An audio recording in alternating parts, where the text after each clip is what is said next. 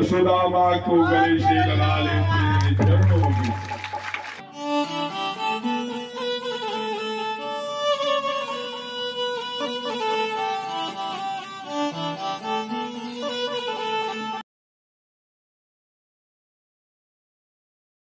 क्या नहीं हो रहा बताओ। आप कहते हैं हम अभी नहीं पाएंगे, वो कहते नहीं पाना पड़ेगा, है यही तो होता है।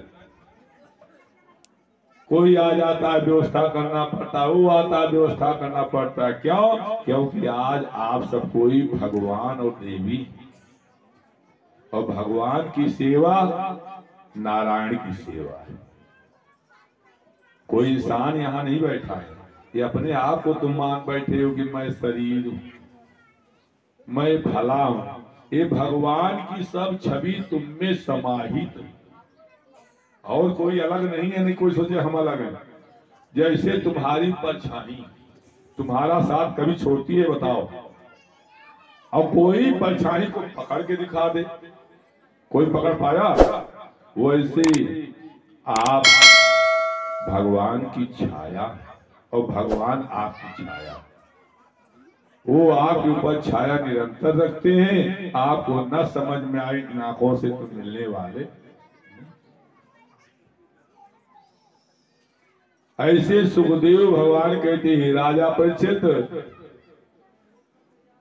तस् योषा नाम दुहिता स्वप्ने प्रादुम्ना रतिम और कन्या लभत कांतेन प्रागत सुतेन सा।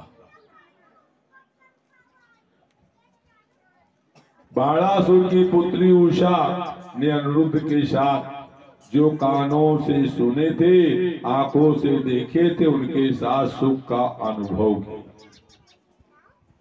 जो कानों से सुने थे और आंखों से देखे थे, उसका अनुभूत किया। उसे उनकी सहेली चित्रलिखा ने बाणस्य मंत्री कुंभार चित्र लेखा चा तस्तुता। जो बाण से मंत्री कुंभार की पुत्री थी, उसी ने उषा के अनेकों राजकुमारों के चित्र बनाकर दिखाए थे, लेकिन किसी को नहीं, केवल अनिरुद्ध को ही कहा ही। इस प्रकार अनिरुद्ध कुछ दिन रहे, कुछ दिन बाद उनका मंत्री बड़ा होशियार था, क्योंकि मंत्री जो होशियार होता है उसी को रखा जाता है कुंभार। कुंभार मंत्री ने अपने स्वामी से कहा, स्वामी लगता है आपकी पुत्री कुछ कदम उठा रही है। हमारी पुत्री?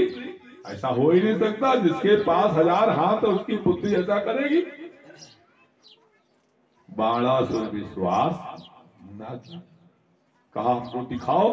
कहें चलिए स्वामी, हमको लगता है उसके कमरे में कोई है, क्योंकि अकेले कोई कैसे बात करेगा, अकेले क्यों कोई रहेगा है? आवाज आएगी तो कैसे रहेगी, डबल कोई सुनेगा, क्या आवाज तो आएगी। कहा ठीक है चलो दिखाओ। गए भैया उषा के कमरे में, जब खटखटाया तो तुरंत उषा ने क्या किया, अपने बिस्तर के बेड के नीचे छिपाए दिया। हरि बोल। आज का जमाना तो था नहीं कि बेड के अंदर बॉक्स बना हो उसमें छिपा दे। पहले का जमाना था, बिस्तर लटकता रहता था, पीछे कौन बैठा है कोई दिखता नहीं, और चद्दर को लटकाए दिए। बाड़ा सुंदर देखा, अलमारी देखा, लेकिन बेड के नीचे ना देखा। जैसे कहते हैं ना कि दीपक तले अंधेरा रहता है, कुल तो प्रकाश होता है लेकिन दीपक के तले अंधेरा रहता है।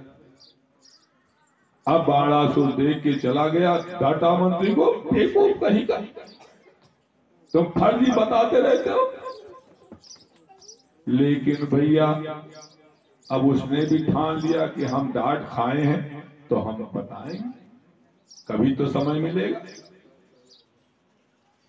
क्योंकि मंत्री बहुत सूझबूझ वाला होता है, जो कि उसकी ही पुत्री ने किया था, लेकिन बात को खुली अब तो समय आया, धीरे धीरे बहुत दिन बीत गए, 3 महीना बीत गए। अनिरुद्ध को हेरने के लिए द्वारिका में चारों तरफ भेजा गया, लेकिन कोई पता ना रहा। हरि बोल। धीरे धीरे समय आया, एक दिन कुंभार जब उधर से निकलते उषा के कमरे से, तो कमरे में झांकते, देख लिया उसने अनिरुद्ध को खाट पे बैठे और चरण दबाते उषा को। उषा चरण दबा रही थी। अब तो जल्दी भागा भागा आया, बताया, ओ राजन चलिए जल्दी, मैं दिखाता हूं आज। गए भैया, और जब दरवाजा खुला तो देखे फिर कहीं नहीं दिखा। तो मंत्री ने कहा जरा खाट के नीचे भी देख लो, हो सकता है इसके नीचे कुछ हो। और जब खाट उठाए चंद्र भैया, तो अनिरुद्ध लेटा था। हरि बोल। अनिरुद्ध को पकड़ करके कारागार में डाल दिया गया। वस्तु गोविंदम तुम्हें समर्पये ग्रहणम समतोता अन्नम चतुर्विधम साचैकम दिन भक्तिम में चलाम गुरु।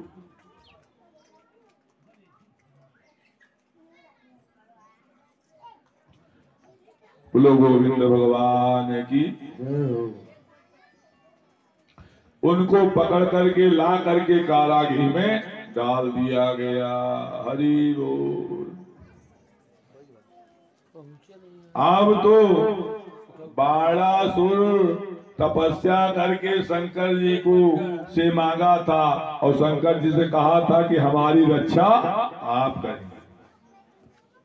बाणासुर ने मांगा था कि हमारी रक्षा आप करेंगे, हमारे यहाँ पहरा देंगे, और तब से शिव जी उसके यहाँ प्रहरा देते। अब तो ये बात जब अनिरुद्ध को बंदीगिरी में डाल दिया गया, तो देवर्षि नारद द्वारिका पहुंच गए। हरि बोल। जब ऐसी बात आती है तो संत आते हैं, किसी के ऊपर विपद आती है तो संत ही आते हैं, और संत के चरणों में प्रणाम किया गया। और संत ने कहा, प्रभु आपका पौत्र ढूंढ रहे हो, यहाँ कहीं नहीं है, वो बाणासुर के यहाँ बंदीगृह में पड़ा है। हरि बोल। राधे राधे। अब तो भैया बाणासुर के यहाँ, तब तो भगवान ने कहा सेनाओं को 12 अक्षौहिणी सेना लेकर के सोनपुर पर चढ़ाई कर दिया। बाणासुर की सेना भी मैदान में आ गई, और कृष्ण और शंकर भगवान का हाथ जोड़ काटिए प्रद्युम्न का मेल, और श्री बलराम जी और कुष्मांडा का मेल। शंकर जी से कृष्ण नंदन कन्हैया लड़ाई में आ गए, और कार्तिकेय से प्रद्युम्न जी आ गए, और बलराम जी कुष्मांड का मेल हो गया, और शाम बाणासुर के पुत्र का मेल। सात्विकी और बाणासुर में हाथ जोड़कर मिला कर घमासान युद्ध होने लगा। हरि बोल। श्री कृष्ण की तरफ से सेना और शिव जी की तरफ से प्रेत की सेना, भूत की सेना, प्रमथ की सेना, डाकनी, शाकनी, बेताल, और गणेश जी भी महासंग्राम में होने लगे। हरि बोल। राधे राधे। कृष्ण नंदन कन्हैया ने तीखे बाणों से अपने सब को घायल कर दिया। शंकर जी ने भयंकर ब्रह्मास्त्र छोड़ा, कृष्ण ने विधि ब्रह्मास्त्र छोड़ा, वायव्यास्त्र छोड़ा, और पर्वतास्त्र छोड़ा। अग्नि बाण के लिए पार्जन्य बाण, और शिव जी ने पशुपतास्त्र बाण छोड़ा ने के लिए नारायणास्त्र छोड़ करके सारे अस्त्रों को तेज को श्रीहीन कर। कहते मोहित्वा दुग्रीशम जिम्र राष्ट्रेण जिम्बितम। शंकर जी भगवान को जिम्भड़ नामक अस्त्र से जिम्भित जमाई लेना, मूर्छित होना शुरू हो गया। हरि बोल। क्योंकि शंकर जी के रहते युद्ध जीता नहीं जा सकता, इसलिए क्या किया, उनको सुलाए दिया।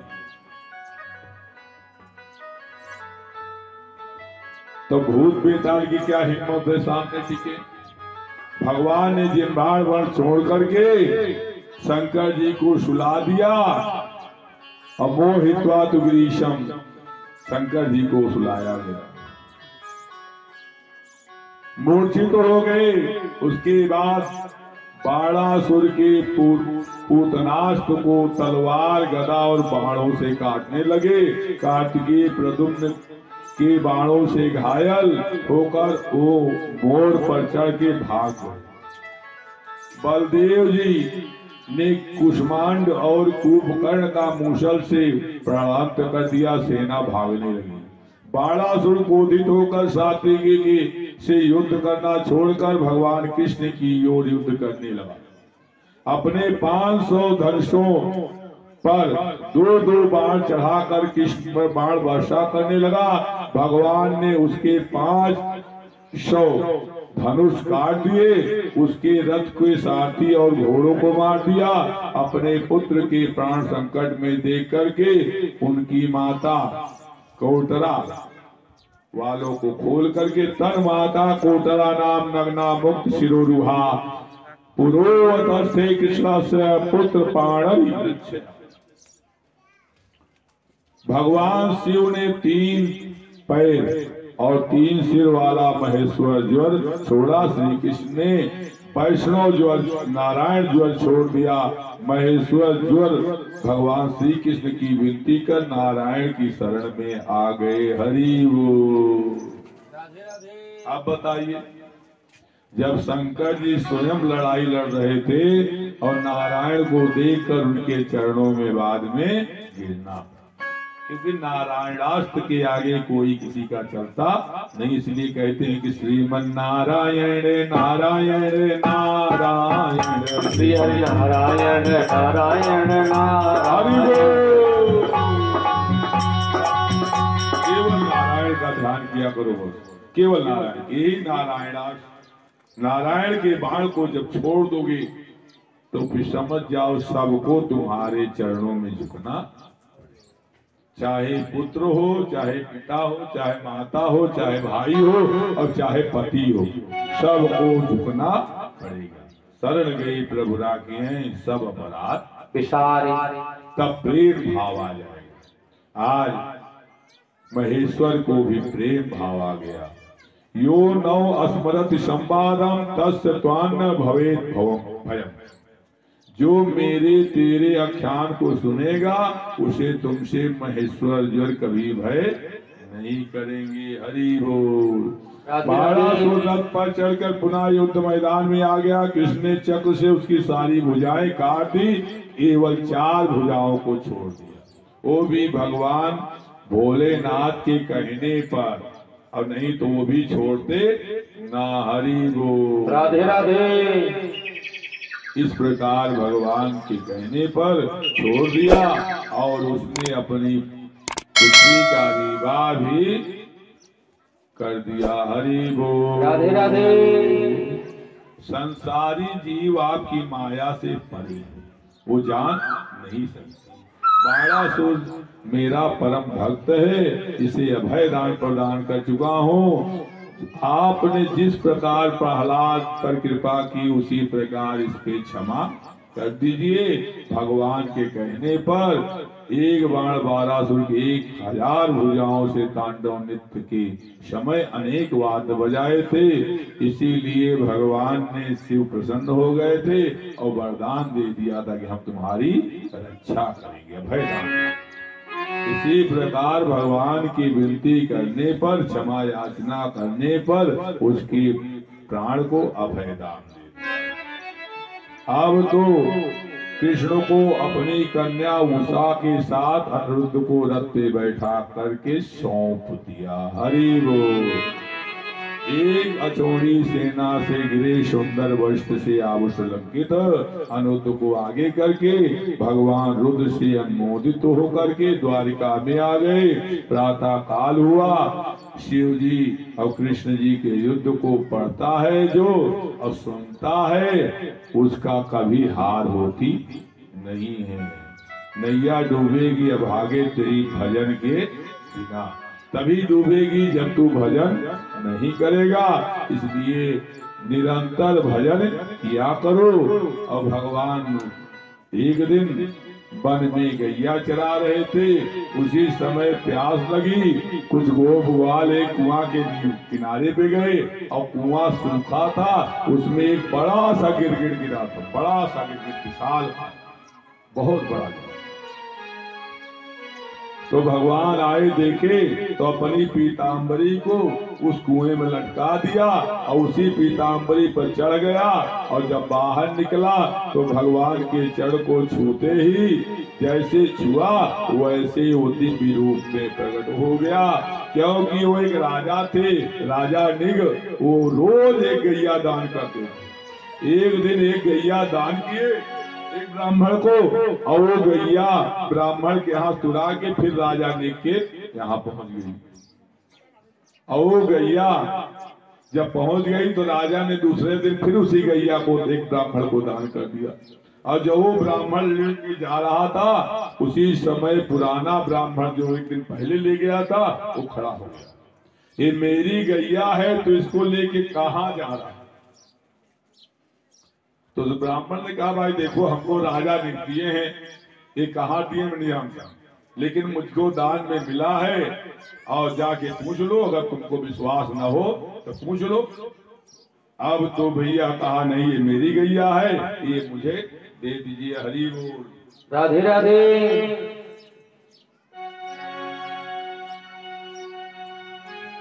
अब तो दोनों राजा के पास पहुंचे। राजा ने कहा क्या बात है। कहे राजन ये गैया हमको आप कल दान दिए थे, आज ये गैया फिर आई है और ये ले जा रहा है। कहे भाई एक काम करो, अब तो दान दे दिया, एक जन 100 गाय ले लो और एक जन 1 गाय ले लो। कहे ना हम लेंगे तो यही गैया लेंगे क्योंकि दान हुई लेता हूं, हम कोई भिखारी नहीं है। जो आपने दान किया है इसी गैया को लूंगा, दूसरी गैया लेने वाला नहीं हो। विजय कुमार जैसे कल कुछ चर्चाएं हो रही थी ना, एक सामान जो दान हो जाता है फिर उसका दान होता नहीं, क्योंकि नहीं तो गिरगिट होना पड़ता है। और हम क्यों फंसाएं अपने भक्तों को, वो चाहे जैसे सोचे लेकिन मैं फंसने नहीं दूंगा, चाहे मेरे तन में प्राण रहे और चाहे हम ये गम नहीं कहता भाई। अरे यार एक दिन तो जाना है, अब भगवान की कथा करते करते जाओगे तो कितना दिव्य कहे जाओगे। हा? सीधे दरवाजा कहाँ बैकुंठ का। कथा सुनते नाम लेते अगर ये प्राण पखेड़ उड़ जाए ना तो बैकुंठ को धाम मिलता है। जैसे हमारी एक मैया उस दिन खलारी में जब कथा शुरू हुआ था उस दिन हुआ भगवान उनकी आत्मा का कल्याण करें, परम गति को प्राप्त हो। जो ऐसे काल में जाता है उसको परम गति मिलती है। जैसे कहते हैं कि अगर पितृपक्ष लगा हो और उसमें कोई शरीर छोड़ दे तो उसको सीधे बैकुंठ होता है। आत्महत्या से नहीं सोचो कि फांसी लगा लूं, पितृपक्ष लगा है तो बैकुंठ हो जाएगा, तो उसमें कल्याण नहीं होगा। क्योंकि आत्महत्या होने पर क्या होता है, अगर फांसी लगा के मरे तब भी तुम प्रेत योनि में जाओगे, जहर खा के मरे फिर भी प्रेत योनि में जाओगे, कहीं कहीं कट के कूद के मरे तब भी प्रेत योनि में जाओगे, सर्प ने काट लिया तब फिर भी प्रेत योनि में जाओगे। तो इनसे बचो भैया। प्रेत योनि का जो उम्र जानते हो कितना वर्ष होता है? 1000 वर्ष। प्रेत योनि की उम्र 1000 वर्ष होता है। इसलिए कहते हैं मुस्कुराते रहो।